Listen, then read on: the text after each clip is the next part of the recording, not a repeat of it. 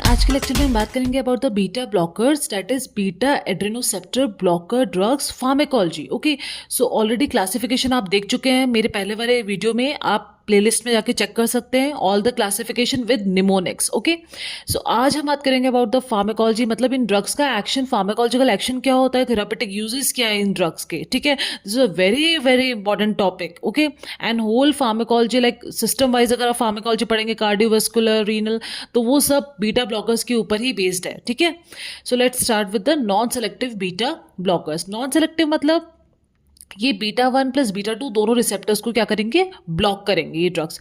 और इनकी prototype drug कौन सी है, प्रोपर्नोलॉल। सी वन थिंग इज देयर, जब भी बीटा ब्लॉकर्स की बात हो रही है, इसका मतलब क्या हो रहा है, उन ड्रग्स के एंड में क्या सफिक्स यूज हो रहा है, LOL, लॉल। ठीक है, अगर लॉल वर्ड किसी ड्रग के सफिक्स मतलब एंडिंग में है तो उसको हम क्या बोलेंगे, बीटा ब्लॉकर्स। ओके, सो जब ये बीटा 1 रिसेप्टर को ब्लॉक करती हैं और जब ये बीटा 2 रिसेप्टर को ब्लॉक करती है तो क्या इफेक्ट्स होते हैं, हम इसका कार्डियोवास्कुलर पे इफेक्ट चेक करते हैं। ठीक है, देखो बीटा 1 रिसेप्टर कहाँ पे प्रेजेंट होता है, हार्ट पे। आई ऑलरेडी टोल्ड यू कितने हार्ट होते हैं हमारे पास, 1, तो बीटा 1 ये याद करने का तरीका है। तो जब बीटा 1 रिसेप्टर को ये ब्लॉक करते हैं तो बीटा 1 रिसेप्टर हार्ट पे है, तो जब रिसेप्टर ही ब्लॉक हो जाएगा तो हार्ट रेट क्या होगी, डिक्रीज हो जाएगी। मायोकार्डियल कॉन्ट्रैक्टिलिटी क्या होगी, डिक्रीज हो जाएगी। कंडक्शन वेलोसिटी भी डिक्रीज हो जाएगी। और जब कॉन्ट्रैक्टिलिटी डिक्रीज हो गई तो कार्डिक आउटपुट भी क्या होगा, डिक्रीज हो जाएगा। ठीक है, इन सब से क्या होगा, there will be decrease in workload by heart. किसकी वजह से, बीटा 1 ब्लॉकर की वजह से। ठीक है, मतलब अभी हम स्टेप बाय स्टेप देखेंगे कि तो अगर बीटा 1 ब्लॉक हो रहा है, ये नॉन सेलेक्टिव है, तो अगर बीटा 1 ब्लॉक हो रहा है तो क्या हो रहा है, there will be decrease in workload by heart. ठीक है, जिस वजह से क्या होगा, मायोकार्डियल ऑक्सीजन डिमांड वो क्या हो जाएगी, रिड्यूस हो जाएगी। ओके, भाई जब वर्कलोड ही कम हो गया तो ऑक्सीजन डिमांड भी नहीं होगा हार्ट के थ्रू। भाई हार्ट को ऑक्सीजन चाहिए ही नहीं होगा, कम चाहिए नहीं होगा, मतलब उसको कम चाहिए होगा। जो डिमांड है, जो एक्सेस में था, वो क्या हो गया, कम हो गया है। ठीक है, that's why it is useful in what, classical angina. ठीक है, एंजाइना के टाइप्स होते हैं, क्लासिकल वेरिएंट, तो उसमें क्लासिकल एंजाइना में आप इसको बीटा ब्लॉकर्स को यूज कर सकते हैं। But coronary vasoconstriction can occur due to blockade of vasodilatory beta 2 receptor. मैंने क्या बोला, नॉन सेलेक्टिव है, तो बीटा 1 के ब्लॉक होने से ये सब चीजें हो रही है, और बीटा 2 के ब्लॉक होने से क्या हो रहा है, there will be vasoconstriction. क्यों, बीटा 2 रिसेप्टर कहाँ पे है, जैसे बीटा 1 हार्ट पे है, तो बीटा 2 कहाँ पे होता है, ब्लड वेसल्स के ऊपर, और इसका काम क्या होता है, वेसो डायलेशन करना। ठीक है, ये दो चीजें आपको क्लियर है। तो जब वेसो डायलेशन होता है बीटा 2 की वजह से, अब अगर आप इसको ब्लॉक कर दो तो it will result in what, vasoconstriction. तो coronary vasoconstriction can occur due to blockade of vasodilatory beta 2 receptors. ठीक है, and that's why it is contraindicated in variant angina. क्यों, variant angina क्या होता है, वेसोस्पास्टिक angina. ठीक है, it is called वेसोस, तो वेसल्स में क्या होता है, स्पास्टिक एंजाइना क्यों बोल रहे हैं, क्योंकि इट इज अ वेसोस्पास्टिक, मतलब वेसल्स का कॉन्ट्रैक्शन हो रहा है ऑलरेडी, और ये ऑलरेडी क्या हो गया, अगर आपने नॉन सेलेक्टिव बीटा ब्लॉकर दे दिया तो it can lead to what, coronary vasoconstriction. ठीक है, that's why it is contraindicated in variant angina but useful in classical angina. Very very important to note. ठीक है, और क्या करते हैं non selective beta blockers, they will decrease, it will result in decrease in BP, और वो क्या करते हैं, बीपी को डिक्रीज करते हैं और ग्रेजुअली डिक्रीज करते हैं। ठीक है, ओवर प्रोलॉन्ग यूज। ठीक है, कौन सा इफेक्ट है, ये बीटा 1 ब्लॉकर का इफेक्ट है। ठीक है, तो हाइपरटेंशन में, ठीक है, एसेंशियल हाइपरटेंशन में इसका थेरापेटिक यूजेस क्या है, नॉन सेलेक्टिव बीटा ब्लॉकर का, इन एसेंशियल हाइपरटेंशन कैसे यूज करते हैं, propranolol 20 to 40 milligram TDS orally. Okay, ठीक है, और क्या हो रहा है, automaticity of heart is suppressed because of inhibition of latent pacemaker. भाई beta 1 block, beta 1 receptor heart पे है तो वो कॉन्ट्रैक्टिलिटी डिक्रीज कर रहा है। ठीक है, और जो लेटेंट पेसमेकर्स है उनकी भी ऑटोमेटिसिटी क्या होती है, सप्रेस हो जाती है, जिस वजह से क्या होगा, बीपी डिक्रीज हो जाएगा।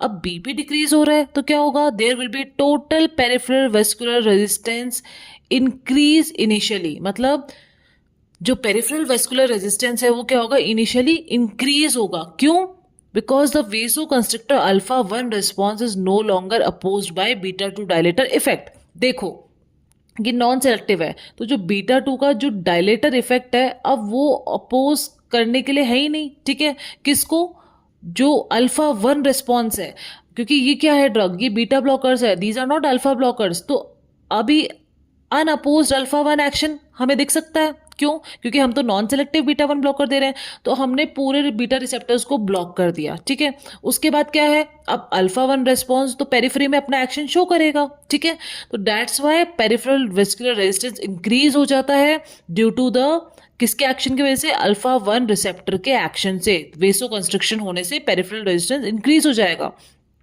कब? जब नॉन सेलेक्टिव बीटा ब्लॉकर की वजह से बीपी डिक्रीज हो रहा है। ठीक है, तो क्यों? क्योंकि अब बीटा 2 डायलेटर तो अपना एक्शन शो ही नहीं कर सकता, these are non selective beta blockers. Also ये जो अल्फा 1 रिस्पॉन्स है, ठीक है, पेरिफेरल वेस्कुलर रेजिस्टेंस जिसकी वजह से इंक्रीज हो रहा है, ठीक है, इसी की वजह से क्या होता है, postural hypotension is least seen with non selective beta blockers.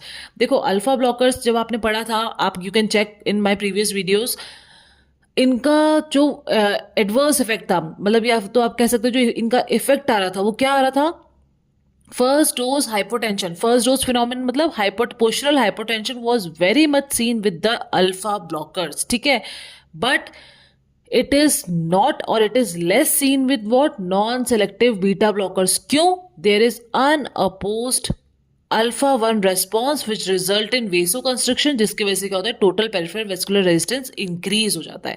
I hope this is clear. ठीक है, देखो अब इसके लिमिटेशंस देखते हैं हम नॉन सेलेक्टिव बीटा ब्लॉकर्स, या फिर इन जनरल हम अगर ड्रग्स की बात करें बीटा ब्लॉकर्स की, तो उनके लिमिटेशंस क्या है, क्या होता है, plasma lipid profile is worsen after administration of these drugs, किसके, नॉन सेलेक्टिव बीटा ब्लॉकर्स से। ठीक है, क्यों? हाई डेंसिटी लाइपोप्रोटीन डिक्रीज हो जाता है जो गुड कोलेस्ट्रॉल है, और total triglyceride and LDL level increase हो जाता है, and this can also lead to glucose intolerance. Okay, another is what, it is contraindicated in what, bronchial asthma. क्यों? क्योंकि बीटा 2 रिसेप्टर्स कहाँ है, लंग्स पे है। लंग्स कितने होते हैं हमारे पास, 2, तो कौन से रिसेप्टर होगा, बीटा 2। ठीक है, तो अगर नॉन सेलेक्टिव आप दे रहे हो तो बीटा 2 रिसेप्टर भी ब्लॉक हो रहा है। अब अगर ये ब्लॉक हो रहा है तो मतलब it will lead to what, bronchoconstriction, जिसकी वजह से ब्रोंकियल एजमा क्या हो सकता है, वर्सन हो सकता है। ओके, ऑल्सो सबसे इंपॉर्टेंट जो कि आपके वाइवा के लिए, प्री पीजी के लिए और आपके थ्योरी एग्जाम के लिए जो बहुत इंपॉर्टेंट है, वो क्या है, hypoglycemia is commonly observed in diabetic patients receiving insulin and oral hypoglycemic agents। ठीक है, जब भी कोई ड्रग ले रहा है बीटा ब्लॉकर, ठीक है, तो अब देखते हैं उसका इफेक्ट क्या होगा। तो आपको पता है इंसुलिन और कोई पेशेंट इंसुलिन या ओरल हाइपोग्लाइसेमिक एजेंट से है तो हाइपोग्लाइसीमिया इज सीन। ठीक है, तो हाइपोग्लाइसीमिया के सिम्टम्स क्या होते हैं, टेकिकार्डिया और स्वेटिंग और ट्रेमर्स। ठीक है, ये इसके सिम्टम्स होते हैं। अब सपोज ये पेशेंट बीटा ब्लॉकर थेरेपी पे है, तो बीटा ब्लॉकर ड्रग्स क्या कर देंगी, these drug will mask these symptoms. ठीक है, मतलब मास्क मतलब, क्योंकि बीटा, भाई देखो टैकीकार्डिया क्या है, किसके थ्रू हो रहा है टैकीकार्डिया, बीटा 1 रिसेप्टर के थ्रू हो रहा है। ट्रिमर्स किसकी वजह से हो रहे हैं, बीटा 2 रिसेप्टर की वजह से हो रहे हैं।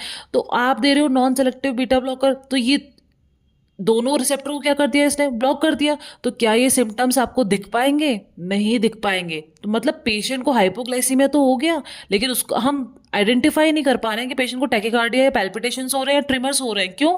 क्योंकि आप पेशेंट्स को किस में, आपने किस पे पेशेंट को कौन सी ड्रग भी ले रहा है पेशेंट साथ में, बीटा ब्लॉकर्स। मतलब ये ड्रग क्या कर देती है, मास्क कर देती है warning symptoms of hypoglycaemia. Okay, and this can lead to emergency condition and patient can directly go into coma. ठीक है, देखो मैंने स्वेटिंग के यहाँ पे अंडरलाइन किया हुआ है। क्यों ये स्वेटिंग क्यों नहीं मास्क होगा, क्योंकि स्वेटिंग का जो सप्लाई है, मैंने जब ये जो एएनएस की फार्माकोलॉजी मैंने जब आपको बताया था, सबसे पहला वीडियो अपलोड किया था, उसमें मैंने बताया था जो स्वेट ग्लैंड्स है उनका सप्लाई क्या होता है, सिंपैथेटिक कोलिनर्जिक फाइबर्स।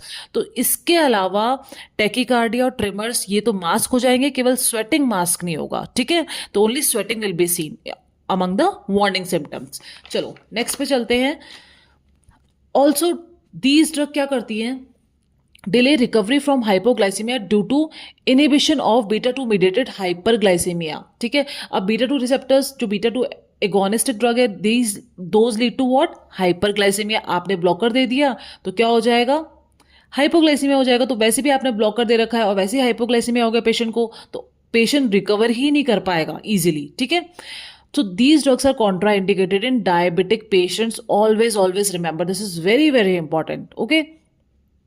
सो वेसो कंस्ट्रक्शन किसकी वजह से होता है? बीटा 2 ब्लॉकर, क्योंकि बीटा 2 रिसेप्टर क्या करते हैं? Vasodilation. तो वेसो कंस्ट्रक्शन होगा। अब वेसो कंस्ट्रक्शन होगा तो these drugs worsen peripheral vascular disease, that's why contraindicated in Raynaud's disease. Okay, so और क्या है इसमें? Impair exercise capacity. क्यों? ऑब्वियसली क्योंकि किसका ब्लॉकेड हो रहा है? स्केलेटल बीटा 2 रिसेप्टर का।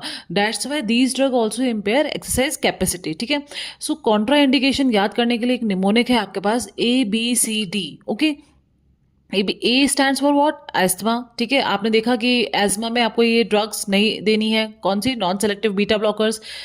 बी स्टैंड फॉर ब्लॉक, कौन सा? AV block. C stand for CHF, congestive heart failure, and D stand for diabetes. तो these are the Contra indications.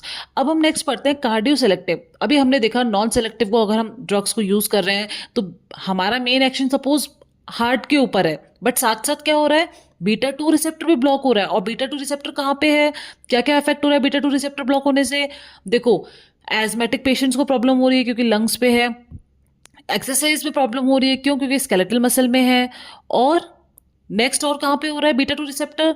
वेसो dilatory जो उसका एक्शन है, जिस वजह से वो ब्लॉक हो रहा है, तो वेसो डायलेटरी इफेक्ट नहीं शो हो पा रहा है। ठीक है, that's why these drugs are contraindicated in what such condition. और सबसे मेन आपको जो याद रखना है वो है डायबिटीज पे। ठीक है, क्योंकि beta 2 agonist are they result in what? Hyperglycaemia. ठीक है, मतलब ग्लूकोज के लेवल को बढ़ाते हैं। ठीक है, तो अगर बीटा ब्लॉकर आपने इसमें डायबिटीज में दे दिया तो it will mask all the symptoms. Okay, non selective. So इसी सब चीजों को देख के we have one drug which is cardio selective beta 1 blocker.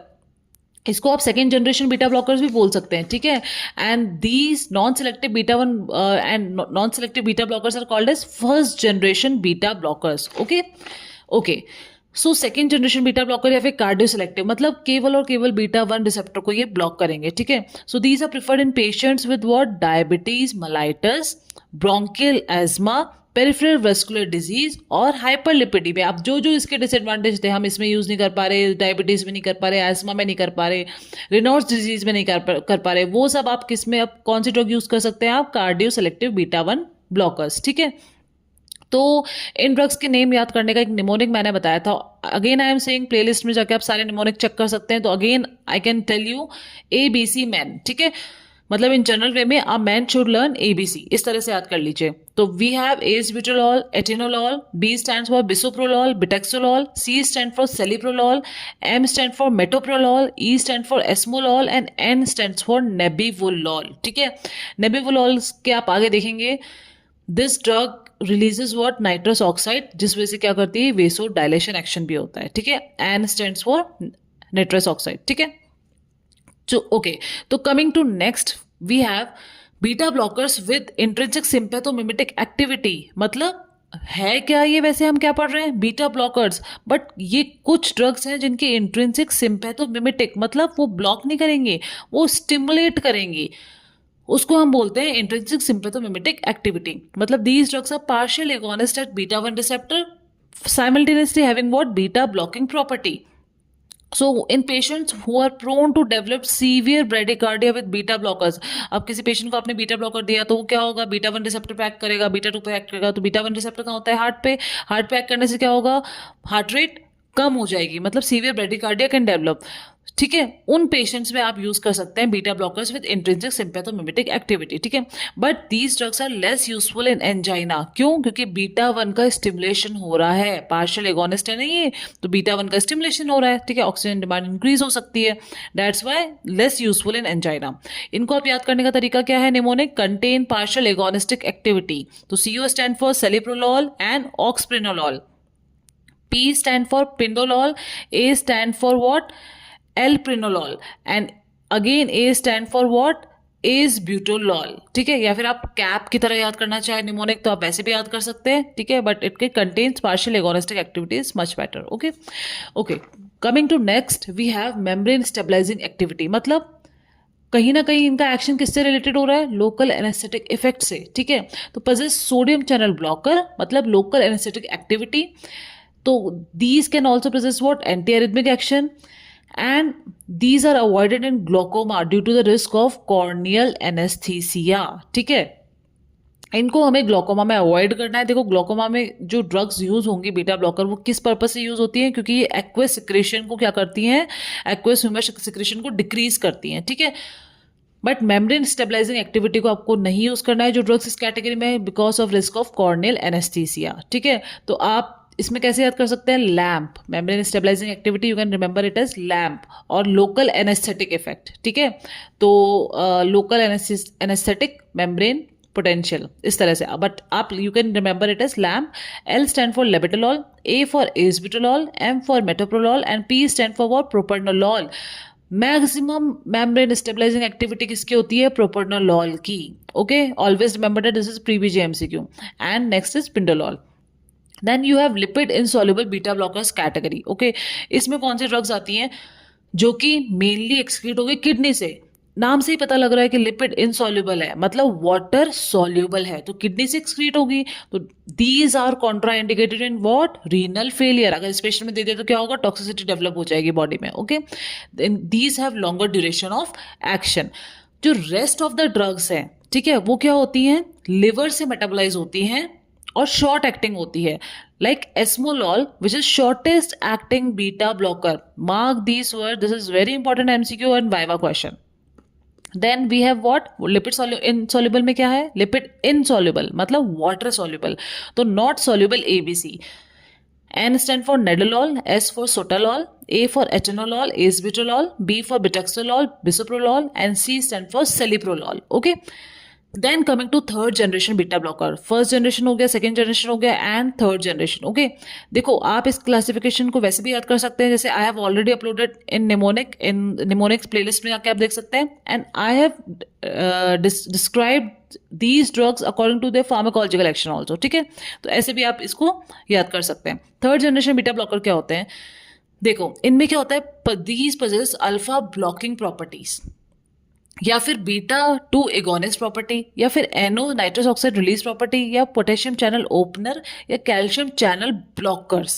ठीक है, तो हमेशा ध्यान रखना calcium channel blockers third generation beta blocker की कैटेगरी में आते हैं. तो कौन से हो गए, कार्विडोलॉल और बिटेक्सोलॉल. जो ड्रग्स कैल्शियम चैनल ब्लॉकर्स हैं वो थर्ड जनरेशन की कैटेगरी में आएंगी, और वो है कैल्शियम से सी स्टार्ट हो रहा है और बी. ठीक है, कैल्शियम चैनल ब्लॉकर तो सी बी, कार्बिटोलॉल और बिटेक्सोलॉल.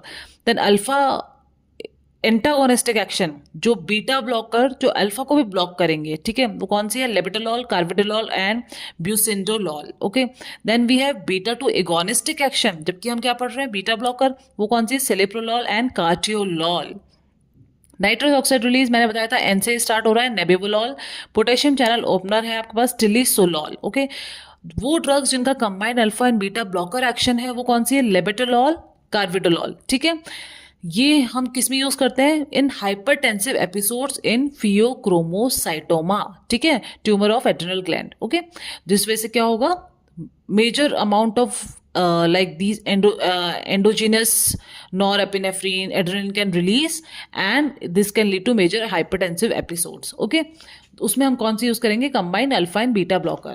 Now next we have therapeutic uses which is very important. तो this can be remembered as cardiac and extra cardiac. मतलब एक तो cardiac uses हो गए जो कि बीटा 1 ब्लॉकर की वजह से है, और बीटा 2 ब्लॉकर की वजह से एक्स्ट्रा कार्डियक. तो बीटा 1 ब्लॉकर कार्डियक में क्या है, हाइपरटेंशन. आपने देखा एसेंशियल हाइपरटेंशन में आपने यूज किया, क्लासिकल एंजाइना में यूज करना है, not in variant angina, please remember. Myocardial infection, supraventricular arrhythmias, chronic congestive heart failure, इसमें आप क्या यूज कर रहे हैं, सबसे ज्यादा जो यूज होता है क्रोनिक सीएचएफ में वो है कार्विडोलॉल. ठीक है, क्यों, क्योंकि इसके एंटीऑक्सीडेंट और एंटी माइटोजेनिक प्रॉपर्टी होती है. ठीक है, please remember carvedilol, this is very important MCQ, very very important. Then और क्या यूज है, hypertrophic obstructive cardiomyopathy, mitral valve prolapse. Extra cardiac में क्या क्या यूजेस है, फियोक्रोमोसाइटोमा आपने देखा आफ्टर अल्फा ब्लॉकर. ठीक है, आपको alpha blocker beta blockers you can use और combine alpha plus beta. Hyperthyroidism, performance anxiety, tremors, akathisia जो कि स्केलेटल मसल रिलेटेड कंडीशंस है. देन प्रोफाइलेक्सिस ऑफ माइग्रेन, क्यों? बीटा 2 ब्लॉकर मतलब वेसोडाइलेशन ब्लॉक होकर वेसो कंस्ट्रक्शन हो जाएगा, ठीक है। ग्लोकोमा, उसमें कौन सी यूज हो रही है? Timolol and betaxolol. I will upload next video on glaucoma in detail, so till then you can remember timolol and betaxolol. Alcohol and opioid withdrawal and prophylaxis of bleeding in portal hypertension. Okay, so this completes your beta blocker. This is very important. Thank you for watching. Like, share and subscribe.